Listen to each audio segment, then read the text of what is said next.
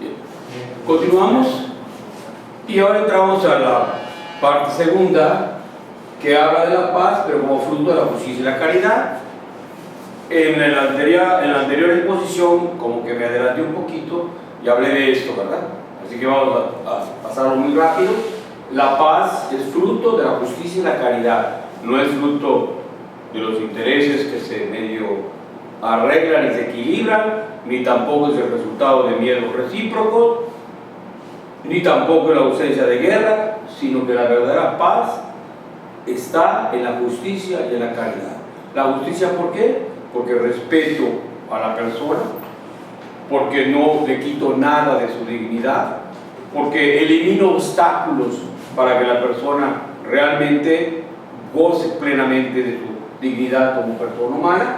Pero no es suficiente. La caridad hace mucho más, porque la caridad, como amor, es el procurar el bien, es promover a la persona, permitir que crezca, hacer todo lo posible para que ella crezca, pero que crezca no según mi modo de ver las cosas. Ojo, no voy a moldear ni a los hijos, los moldeo. Cada persona es diferente y cada persona tiene derecho a ser ella misma, no copia de otro. O el papá dice, no, quiero que mi hijo sea como yo. No, pues no va a ser como tú.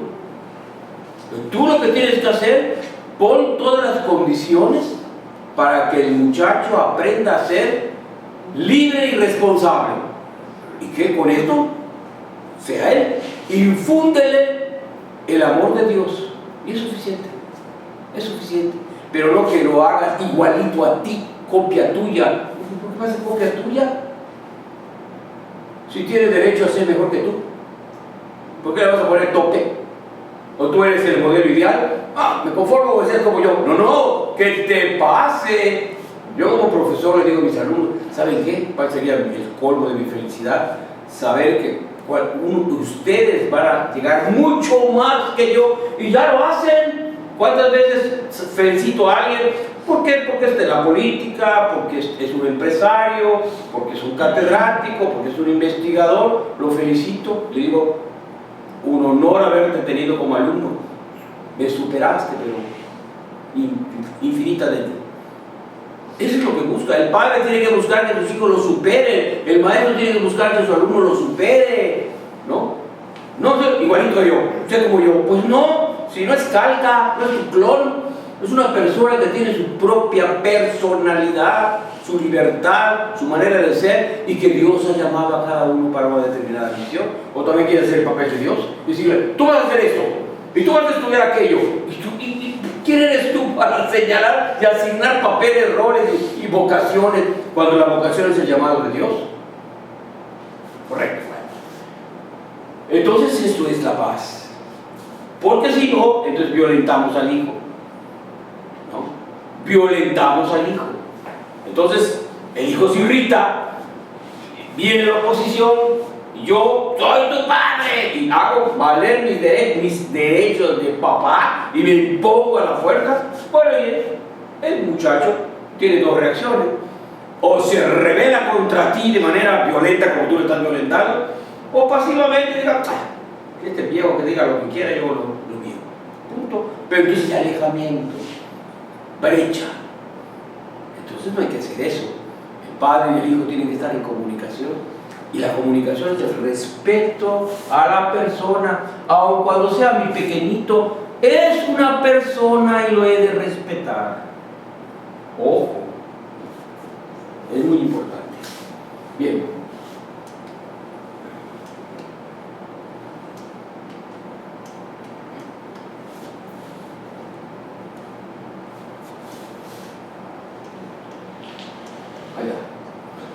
Pasamos al capítulo 3, el fracaso de la paz. Bueno, el fracaso de los hombres, porque Dios hizo su parte.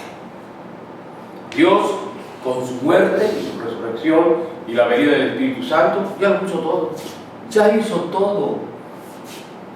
Y sigue haciéndolo, porque el Espíritu Santo continuamente nos aviva. Recuerden su promesa: el Espíritu Santo les conducirá a mí les recordará todo aquello que necesitan saber, les seguirá enseñando y seguirá avivando el fuego de su amor.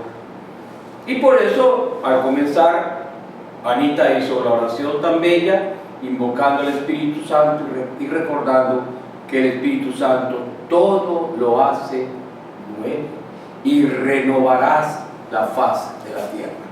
Entonces nosotros, si caminamos a impulsos de inspiración del Espíritu Santo y somos templo del Espíritu Santo, está en nosotros Dios, cada día sentirnos criaturas nuevas, porque Dios hace todo nuevo.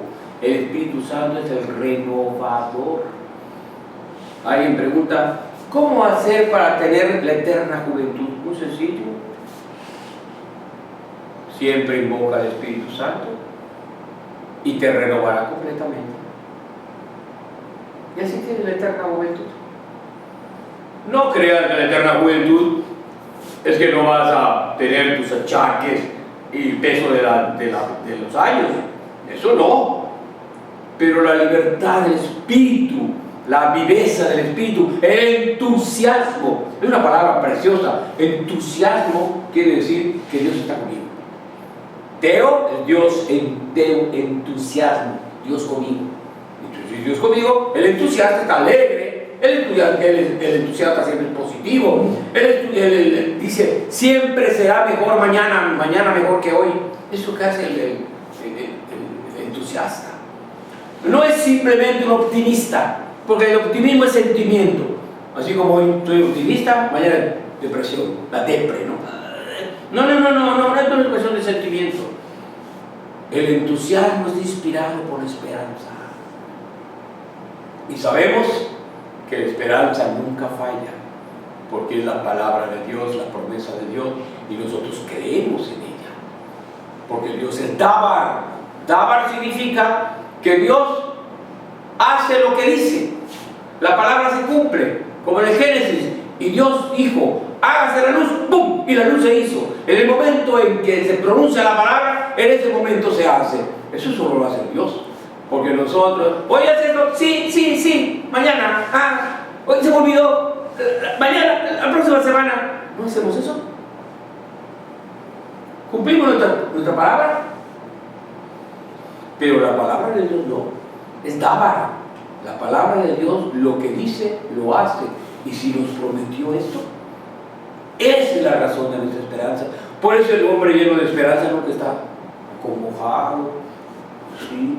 Aturbullado, tristón, deprimido. ¿De qué? ¿De qué? Si Dios le comunica la alegría y la fuerza, ¿de qué? ¿Por qué va a estar ahí cabizbajo?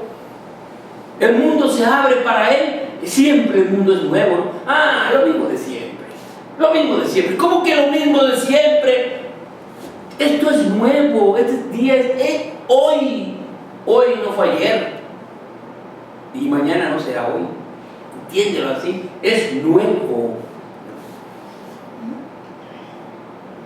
Y la guerra es el fracaso de la paz, el fracaso nuestro. ¿Por qué razón? Porque si en verdad Dios está conmigo, y Dios está conmigo porque lo ha ganado, su muerte y su resurrección nos la ha dado, les doy la paz, les dejo la paz, mi amor es con ustedes. Pero ¿qué hacemos? Se nos olvida. Y entonces nos olvidamos de la voluntad de Dios, que es una voluntad de armonía, que es una voluntad de amor, que es una voluntad de perdón, que es una voluntad de amistad, y nos enemistamos con todos y violentamos a todos. Y en la casa gritamos y nos enojamos con el papá, la mamá, pleito con los hermanos, con el vecino, siempre estamos en pleito. Entonces, nosotros nos olvidamos de esa paz que nos dejó Dios como herencia. La tenemos. Lo único que tenemos que hacer es fomentarla, invocando al Espíritu Santo, pero la tenemos. Tenemos esa capacidad, Dios nos la ha dado, Dios nos la ha ganado. Y por eso es que la guerra la creemos que es la solución ideal. La violencia, no. La violencia es una mentira, porque va en contra de la verdad del ser que es Dios. Y el ser de Dios es un ser de paz, porque es un ser de orden, de equilibrio, de belleza y de armonía. Es una mentira la violencia. La violencia es la negación de la paz. La violencia engendra más violencia. Dígalo si no. Comenzamos primero con bromitas. Y él me contesta. Y llega un momento en que las bromitas nos lastiman. Entonces, de las bromitas pasamos a las palabras fuertes. De las palabras fuertes pasamos a los insultos. De los insultos y las ofensas pasamos a las amenazas. De las amenazas pasamos a los golpes. De los golpes lo que se puede un cuchillo, una piedra, una pistola. No sé si. No se comienzan. Las grandes tragedias comienzan con bromita, ¿no? Pero la bromita en sí ya es violenta. ¿Por qué? Porque busca molestar al otro.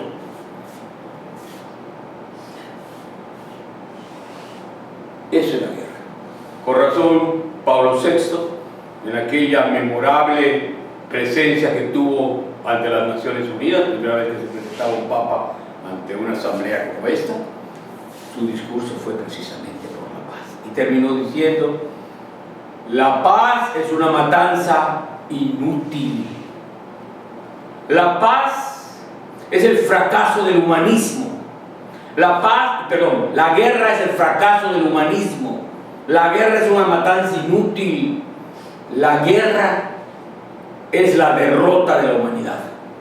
No más guerra, no más, ya no más. Así levantó la voz delante de aquellos señores que tienen que ver también con la paz y con la guerra. El Consejo de Seguridad, los representantes de las demás naciones que forman la Asamblea de las Naciones Unidas. No más la guerra. La guerra es el fracaso, matanza inútil. Todo puede ser posible con la paz. Nada se pierde con la paz. Todo se pierde con la guerra. Todo se pierde con la guerra. La guerra no es la solución, porque la guerra tiene una secuela horrible.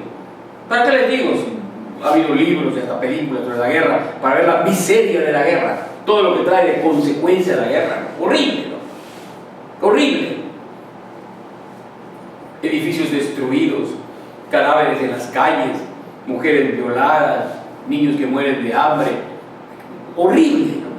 Pues son las consecuencias de la guerra. Y luego la crisis económica, el desempleo. ¿Por qué? Porque no hay campo de cultivo, las fábricas están destruidas, no hay trabajo. ¿De qué se vive? No solamente la miseria física, la miseria económica, sino la miseria moral. Horrible. Todo es miseria. Por eso hemos nosotros de evitar siempre la guerra. Nunca agredir. Y la guerra no solamente declaración de un país, de otro país, acercarse a los ejércitos. No, la guerra, ¿saben dónde comienza? Con nosotros. Cuando nosotros estamos en guerra, cuando nosotros nos volvemos violentos. Así comienza la guerra. Entonces, lejos de que la guerra sea la solución de los problemas, la guerra es la agravante de los problemas, y una guerra conduce a otra guerra. Por ejemplo, Alemania. Llegó un momento en que Alemania, con el canciller Bismarck, con el emperador Guillermo I, lograron unificar un conjunto de principados, ducados, que todo era Alemania, no era un país unido. Bueno, se logró la unificación de Alemania. Al lograrse la unificación de Alemania, Bismarck, que era un estadística de alto vuelo, una visión increíble, pero muy ambicioso, dijo: ahora vamos a hacer de Alemania la primera potencia del mundo. ¿Y contra quién rivalizaba? Pues contra los franceses. ¿Por qué? Porque los franceses dicen que tenían el mejor ejército del mundo, por aquello de la herencia de Napoleón I, claro, estaba en el poder Napoleón III, Luis Napoleón Bonaparte, el que invadió México, instaló al emperador Maximiliano, es el mismo. Pero Bismarck se preparó muy bien para esa guerra, la guerra franco-prusiana. La primera fase de la guerra, que fue la fase militar, Alemania barrió con el ejército francés. Barrió con el ejército francés. Fue cuestión nada más de días, terminó con él. Pero los franceses, muy patriotas, se organizaron civilmente.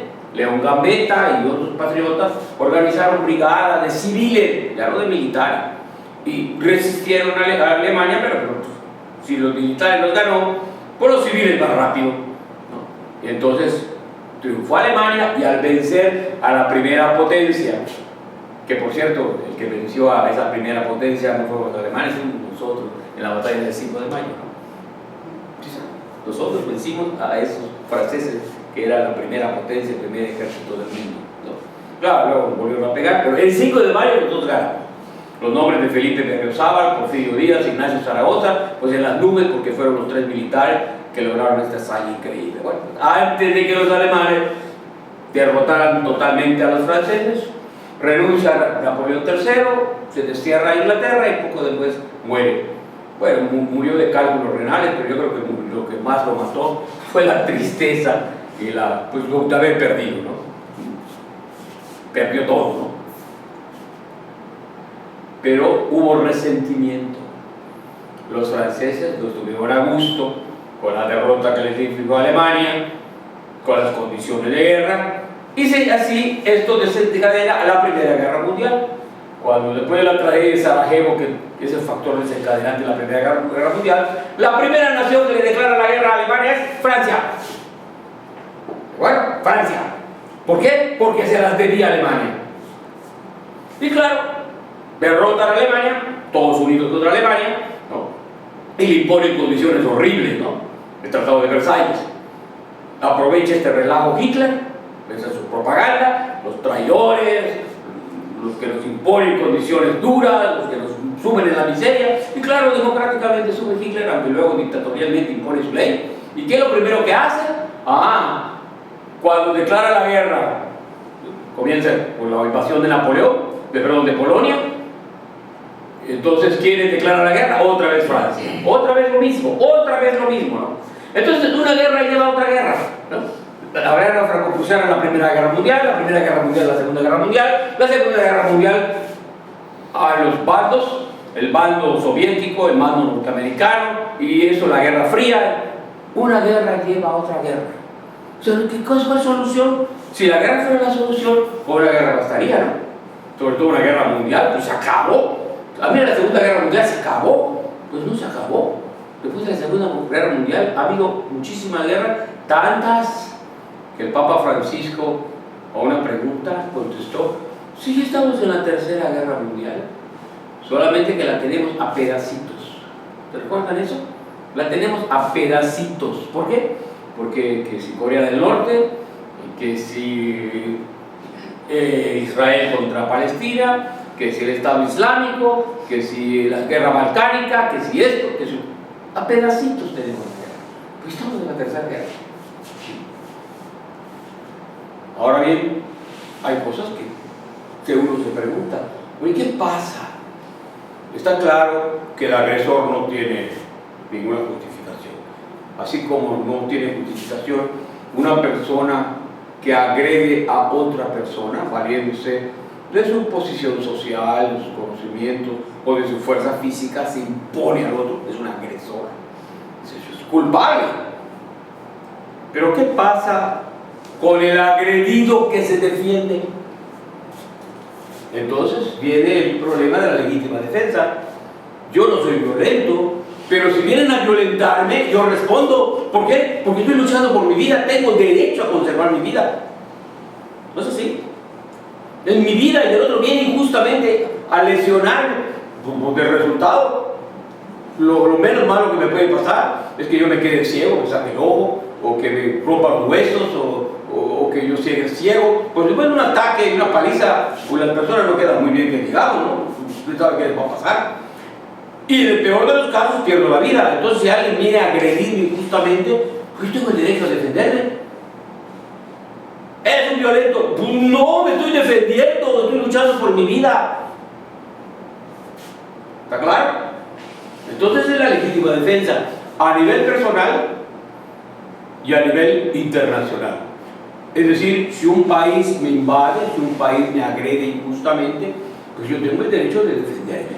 Claro, esta legítima defensa supone uno que la agresión sea grave, grave, grave. Segundo, que se hayan agotado todos los medios posibles de evitar la guerra y de pues, entenderse, ¿no? Un diálogo, ¿no? He procurado arbitraje, esto, diálogo, mesa diplomática, nada, el país agresor en su mente está invadirme, bueno, pues no queda más remedio que defenderme. ¿Estamos de acuerdo? Lo mejor es utilizar otros medios, como ahora hace la ONU. La Organización de las Naciones Unidas ahora interviene para evitar la guerra, ¿no? Hace lo imposible por evitar la guerra, impedir que la gente, que las naciones lleguen a una acción violenta. Es como mediadora, como arbitraje, aunque a veces engañan a las Naciones Unidas, como en el caso de la invasión a Irak de parte del presidente Bush.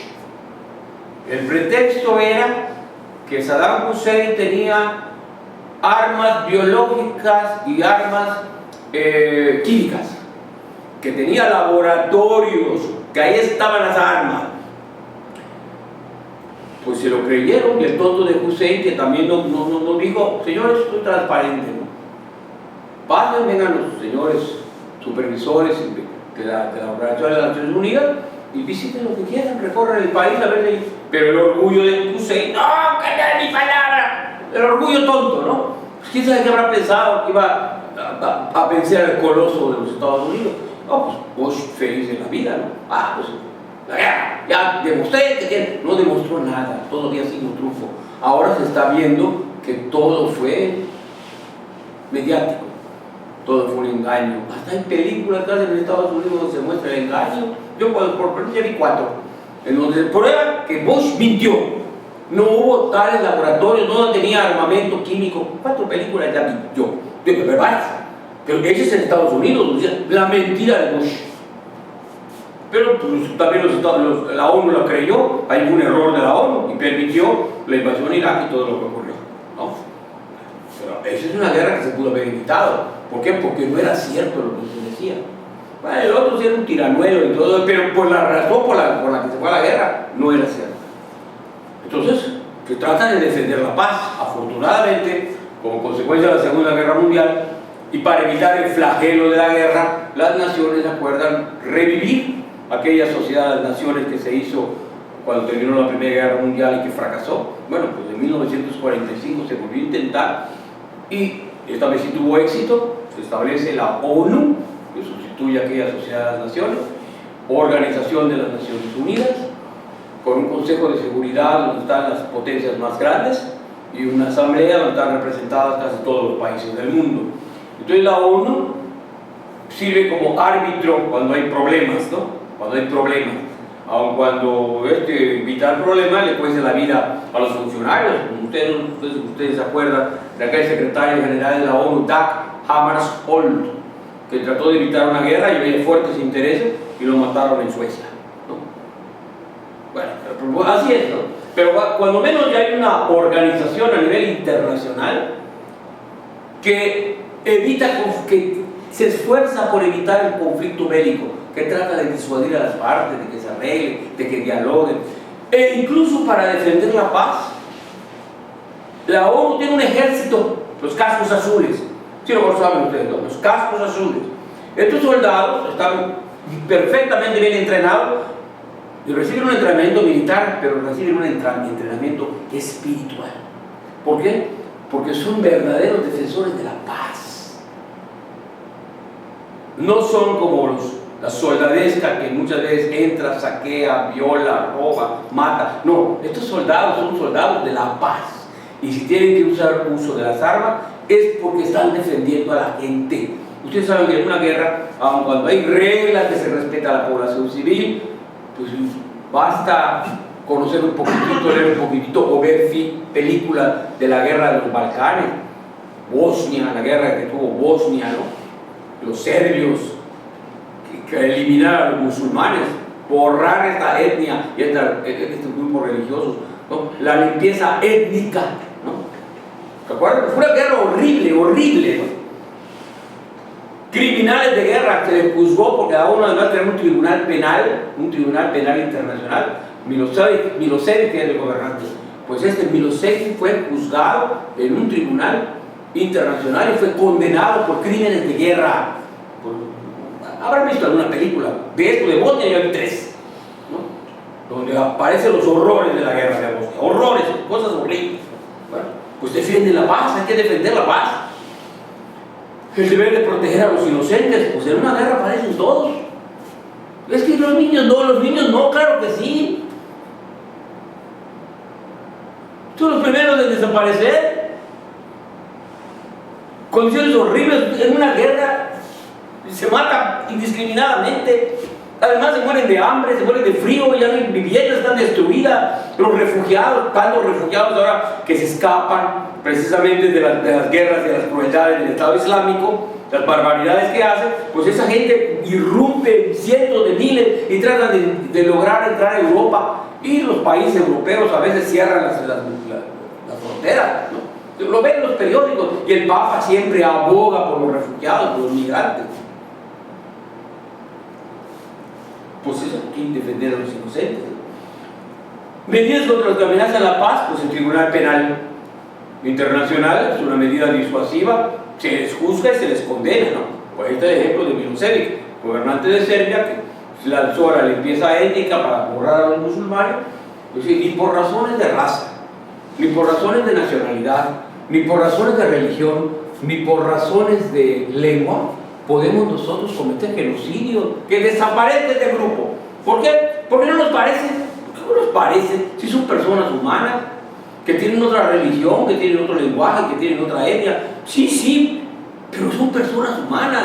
No podemos atacar a un grupo minoritario sencillamente porque les gusta. En la historia reciente hemos tenido el genocidio de Armenia, el genocidio de Ucrania, el genocidio de los países africanos, ¿no? Horrible, y el genocidio de la guerra de Bosnia, que es lo último, ¿no?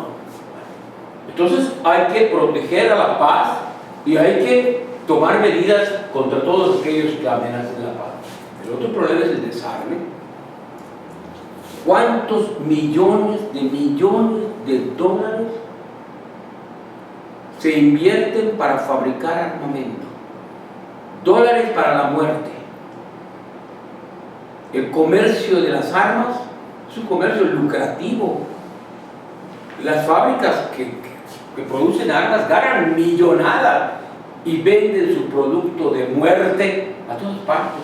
Los africanos son magníficos compradores, porque siempre están en sus luchas tribales, y que los hutis, y que los tutsis, y que matanzas horribles, ¿no? Y ahora con el Estado Islámico, pues compran armas poderosísimas. Desarme. Ha habido un intento de disminuir esto de las armas. Se hacen tratados entre las potencias. Yo retiro tantos misiles, tú tanto, tú dejas de fabricar tantos aviones, tú dejas de comprar tantos barcos de guerra, así, ¿no? Pero no hay el ánimo, ese ánimo movido por ese es miedo, ¿no? Es miedo. ¿Por qué? Porque tiene miedo a un cataclismo mundial, por eso se cuida, ¿no? Por eso es que causa tanto estupor lo que está haciendo este presidente niño de Corea del Norte, ¿no? Está amenazando al mundo, ya está haciendo ensayos nucleares, estallando sus bombas nucleares, pues el mundo se pone en alerta, ¿no? ¿Qué está haciendo este loco? Pues es una amenaza a la paz mundial. Pero mira, ahí sigue este presidente niño, ¿qué lo conoce? Que ahora gobierna Corea del Norte. Pero no hay que ser hipócritas. Si yo, país poderoso, pongo el grito en el cielo y protesto porque otros países están ensayando armas nucleares y químicas y demás, y yo sí lo hago, entonces ¿con qué derecho voy a decir que los otros no lo hagan? Porque yo soy defensor de la libertad. No, eso es un pretexto. Y por otro lado, ¿cómo te atreves a pedir desarme a nivel internacional cuando tú permites y promueves la venta de armas a los particulares en tu propio país? Y siempre que en ese país se ha intentado prohibir la venta de armas a particulares, ¡brum!, la sociedad del rifle y no sé cuántas otras sociedades protestan por el derecho que tiene la persona a tener armas y defenderse. Ese es el reconocimiento de una sociedad violenta. Pero estás pidiendo que disminuya el rearmamento de otros cuando tú permites en tu casa que la gente, los particulares, compren armas. Pues no es raro que en ese país haya matanzas. No, que tal escuela mataron a tal y quieren resolver. Así pasa. La violencia doméstica.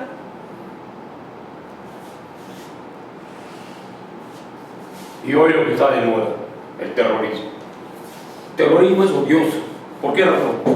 Porque el terrorismo no es como antes, que las batallas son concertadas y sabemos dónde va a ser el campo de batalla y que se van a dar duro, pero van a morir los soldados, ¿no? ¿Cómo que si la batalla de Solferino y la batalla de Jena y la batalla de Wagram y la batalla de Waterloo, ya los ejércitos austríacos y franceses sabían dónde iba a ser el lugar de la batalla, el campo de batalla, y saben quién iba a morir? Pues sí, iban a morir los primeros, los de las primeras filas, porque se fusilaban los soldados, los ejércitos, ¿no? Aquí estaba uno, aquí estaba otro, iban acercados, ¡bum, bum, bum, bum! Se fusilaba. ¿Quién caía primero? Los que estaban en las primeras filas, ¿no? Pero eran soldados que caían. Hoy no. Hoy los objetivos no son militares. No dicen, vamos a atacar tal fábrica de armas, vamos a bombardear tal cuartel. No, ahora ¿saben qué dicen? Vamos a hacer que explote a alguien en la cafetería de una universidad. Vamos a hacer que alguien se sacrifique a mártir estallando explosivos en un cine, en un aeropuerto, en una mezquita, en una iglesia. ¿Se imaginan? ¿Quiénes mueren? ¿Soldados?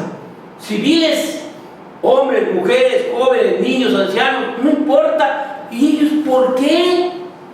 Y el terrorismo dice, nosotros no somos culpables de las muertes, es el gobierno de ellos. ¿Y qué culpa tienen esas personas? Se les olvida algo, que la persona nunca es un medio, siempre es un fin. Entonces yo no puedo decir, yo mato a esos inocentes para forzar al gobierno. Pues esas son personas, no son cosas para que negocies ni para que amenaces con ellos, son personas. Y si tú estás diciendo, porque yo defiendo la justicia, la libertad y la dignidad, ¿y por qué le quitas la libertad? ¿Y por qué matas? ¿Y por qué torturas? ¿Y por qué decapitas? ¿Por qué lo haces? Si tú dices que estás defendiendo la libertad y la dignidad, ¿por qué haces eso? Es una contradicción. El terrorismo es una plaga, pero el terrorismo está en todas partes.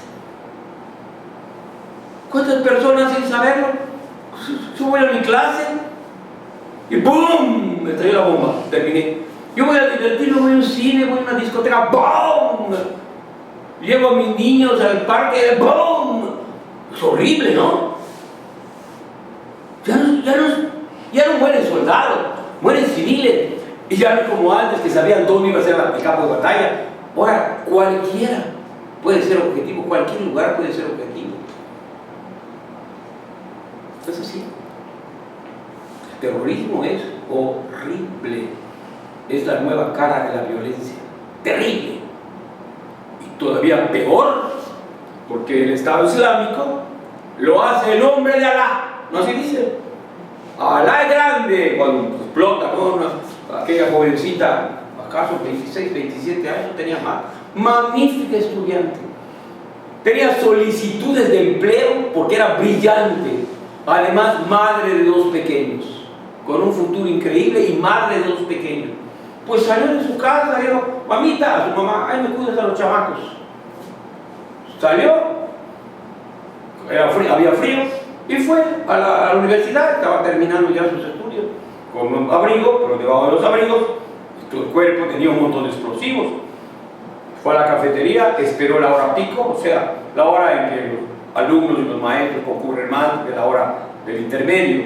Y cuando ya estaba llena aquella cafetería grandota, en medio estaba ella en una mesa central, ¡pum! Se explotó. ¿Por qué lo hace? Porque es mártir, se equivocan. Mártir no es la persona que mata. Mártir es la persona que prefiere morir antes de renunciar a su fe y a su Dios. Pero no hace daño a nadie, a ella le hace daño. Pero ¿cómo es ser mártir, ser asesino? Eso no soy mártir, ¿no? Estoy matando, que muero porque estoy matando, sí, pero no soy mártir. Entonces, no solamente instrumentalizan a las personas, sino que el terrorismo instrumentaliza a Dios, porque esas barbaridades las hace en nombre de Dios. Dios, Alá es grande, Alá lo quiere, Alá no lo quiere, mentira. ¿Cómo Dios va a permitir eso? Pero usan el nombre de Dios y actúan en nombre de Dios, porque es su grito. Alá es grande, Alá lo quiere, no lo quiere. Pero eso es el terrorismo, de ser condenado. El terrorismo de ninguna manera puede ser aceptado. Lamentablemente, el terrorismo recluta más y más gente. ¿Lo saben ustedes? No sabemos, pero a lo mejor aquí en Yucatán hay personas ya reclutadas por el terrorismo, como hay en los Estados Unidos, como hay en América del Sur, como hay en Europa. A lo mejor nos da un susto algún día. Pues es el terrorismo. Ahora, ¿por qué?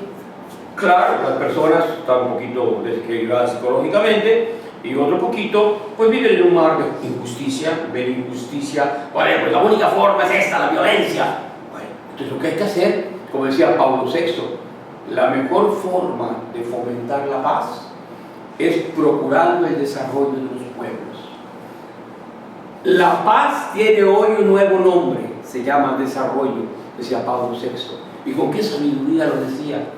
¿Quieres eliminar la violencia? Fomenta la justicia, termina la pobreza, termina la miseria, termina el robo de los funcionarios, la impunidad, termina el caos social, termina eso. Pero el cristiano no lo hace con violencia, el cristiano hace dos cosas muy importantes: ora y actúa. Ora y actúa. Ora porque se llena de la fuerza del Espíritu Santo, porque camina con Dios. Y ya que está así, entonces sale a fomentar los valores del cristianismo: la paz, el perdón, la renovación. A eso sale, para que haya conversión de todos y cada uno. ¿Que es una tarea grande? Pues es una tarea grande, pero es la más segura, porque es la que quiere Dios. Dios, si alguien dice que hizo violencia, la habrá hecho consigo mismo al dejarse matar por el perdón de los pecadores. Pero Él nunca cometió violencia contra nadie, ni siquiera cuando moría pudo haber dicho: Padre, fulmínalos con tu rayo de todo. No, ¿qué dijo? Perdónalos, Padre, no saben lo que están haciendo. ¿Te imaginas? Nosotros que decimos: venganza, esto no puede quedarse así. Ya lo verás. Desde chiquitos en la escuela, ¿no se dicen los niños a sus compañeros? En la salida, ¿no se dicen? ¿Y qué decimos nosotros? Esto no se queda así. Algún día me voy. No eso decimos. La dulce venganza es mentira, ninguna venganza es dulce. No tiene nada de dulce la venganza. Pero no se lo decimos. Mi honor se lava con sangre. Tonteras como esa, pero lo malo que lo hacen, lo dicen y lo hacen. Oye, ven acá, si eres cristiano, ¿qué te enseña Cristo? Perdona. 7 veces, no, hasta 70 veces 7. Perdona como Dios te perdona. Perdona nuestras ofensas como tú perdonas las nuestras. Perdonamos a los demás. Así. Si Dios nos lo enseñó, el Todopoderoso, ante la ofensa del pequeñísimo hombre que se vuelve y dice no, en lugar de decir no, ya no, aleja. No, abre los brazos del Padre. Ven, hijo, regresa. Pues esta es la parábola del hijo pródigo. Qué hermosa. En lugar de que el padre diga: ese mentecato, pues que se muera de hambre porque es un desobediente, porque es un despilfarrador, ya no lo quiero aquí. Eso dijo el padre. Apenas vio la silueta del hijo amado, corre hacia él. No permite que el muchacho, él avanza. Y el muchacho había preparado su discurso: Padre, pecado contra ti, contra el cielo. Olvídate, hijo, lo abraza, lo estrecha, siente el latir del corazón de su hijo junto al corazón suyo. ¿Por qué? Porque el hijo que se había perdido lo reencuentra. ¿Y cómo expresa ese reencuentro? Con un banquete. En la Biblia, cuando se habla de banquete, quiere decir el encuentro feliz. Eso hace el Padre. Se regocija, se alegra por aquella oveja perdida que encuentra. ¿Sí? Qué hermoso. Pero eso así es Dios, así es el amor de Dios. Entonces, ¿por qué nosotros no vamos frente al problema de la violencia, frente al caos social? ¿Por qué hacer violencia si tenemos los instrumentos, las armas de Dios? Que no son fusiles, ni bayonetas, ni cañones. No, las armas de Dios son el amor, la apertura, el perdón, la reconciliación, el acercamiento. Esas son las armas de Dios. Dice San Pablo: revistámonos del vestido nuevo, dejemos el vestido viejo. Esa es la palabra de Dios. Y el terrorismo, aunque se haga en nombre de Alá, es una enorme mentira, porque instrumentalizan a Dios.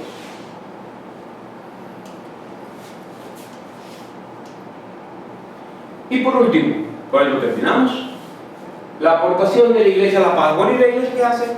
Bueno, acordémonos, ¿qué cosa es la Iglesia? La Iglesia es sacramento, es signo visible y actuante, e instrumento. ¿Instrumento de qué? Instrumento de paz, instrumento de amor, instrumento de perdón, instrumento de alegría, instrumento de crecimiento, instrumento de desarrollo, instrumento de convivencia, instrumento de servicio. Eso es la Iglesia.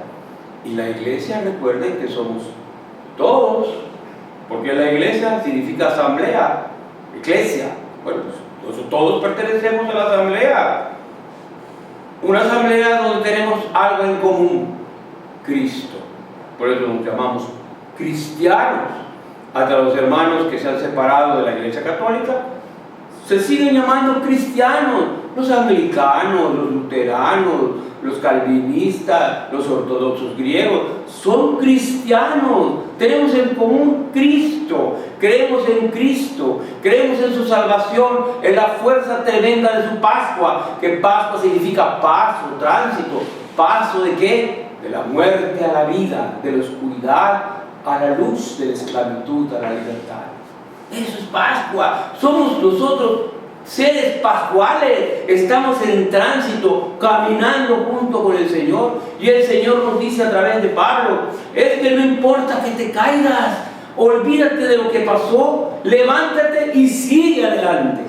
Eso es que es difícil. Sí, claro que es difícil, pero tiene la fuerza que te da el Espíritu Santo. No, es que no me hacen caso, no importa. Profeta, sigue anunciando la palabra.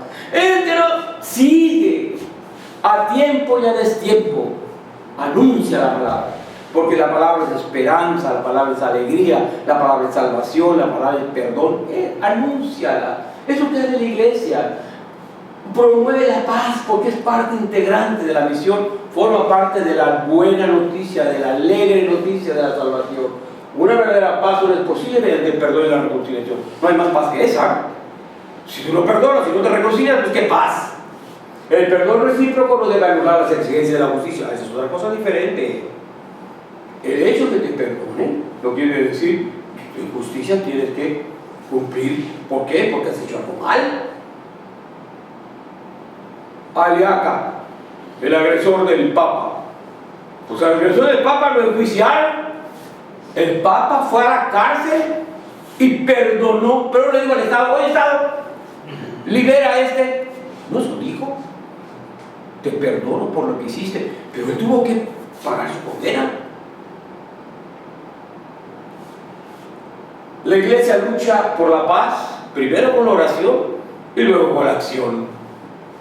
Porque la oración nos debe llevar a la acción. Con la oración nos alimentamos, nos fortalecemos, nos vigorizamos, nos robustecemos, nos llenamos de fuerza por el Espíritu Santo, no por nosotros. Nosotros somos debilidad, el Espíritu Santo lo hace. Y una vez así nutridos, fortalecidos, vitaminados, los lanzamos a transformar el mundo. ¿Con qué? ¿Con la violencia? No, con el anuncio de la palabra, con el Evangelio de la paz. Oh. Las jornadas mundiales de la paz, ahora para invocar la paz y comprometerse a construir un mundo de paz. Feliz ocurrencia, feliz iniciativa de Pablo VI. Él inició, después de ese discurso brillante en la Asamblea de las Naciones Unidas, las jornadas mundiales de la paz. Desde Pablo VI, sigue, hasta que hace poco Francisco presidió la última jornada por la paz. Para que el mundo sepa que la iglesia está presente, que la iglesia ora, que la iglesia implora, que la iglesia dice al Padre: Padre, creemos en ti. Padre, tenemos nuestra esperanza en ti, tu esperanza nunca nos defrauda. Mándanos el Espíritu Santo, Pentecostés diario, constante, para que con la fuerza y el fuego del Espíritu Santo podamos renovar la faz de la tierra.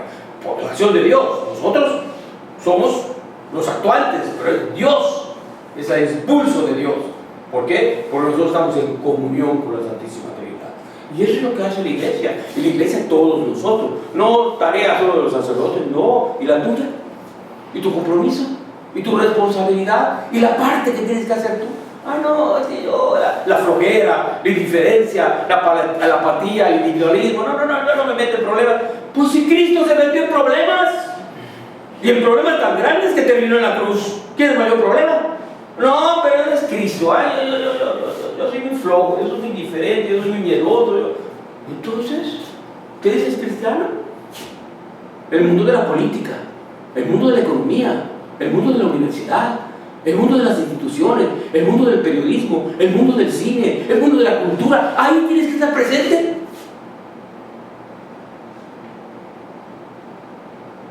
Si algo no debe ser el cristiano, es apático, flojo, miedoso. ¿De qué? Solamente así cambiará el mundo. Porque Dios quiere que nosotros colaboremos con Él. Seamos sus coadjutores, sus auxiliares. Cuenta con nosotros. Él hace la mayor parte, pero quiere también nuestra participación. Así debe entender el cristiano su compromiso por la paz. No como aquel que decía: yo soy pacífico. ¿Por qué? Porque yo no me meto con nadie. A nadie le hago daño. Yo no mato, yo no robo, yo no miento, yo no esto. Bueno, pero ¿y qué haces? No me digas lo que no haces. ¿Y qué haces? Pues nada. Esa es la respuesta de un cristiano. Contentarse con lo negativo. Yo no hago esto, yo no hago aquello. Los buenitos,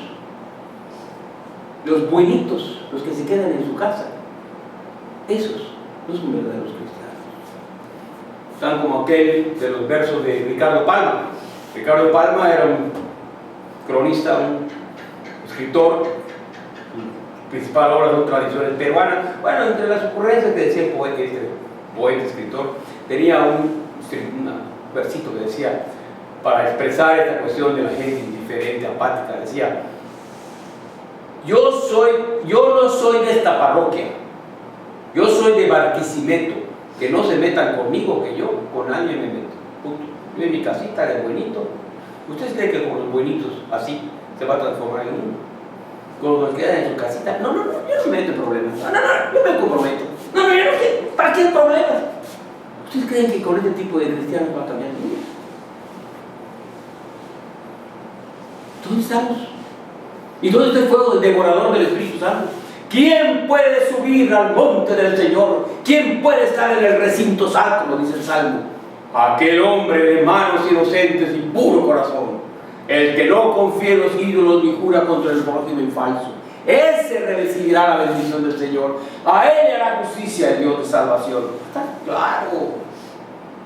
Hay que volver a ser como Isaías, como Ezequías, como Jeremías, como Daniel. que nuestra voz resuene a profecía, que no tengamos miedo en anunciar la palabra de Dios, que es palabra de paz, que es palabra de alegría, que es palabra de salvación, que es palabra de perdón, que es palabra de vida eterna. Bien.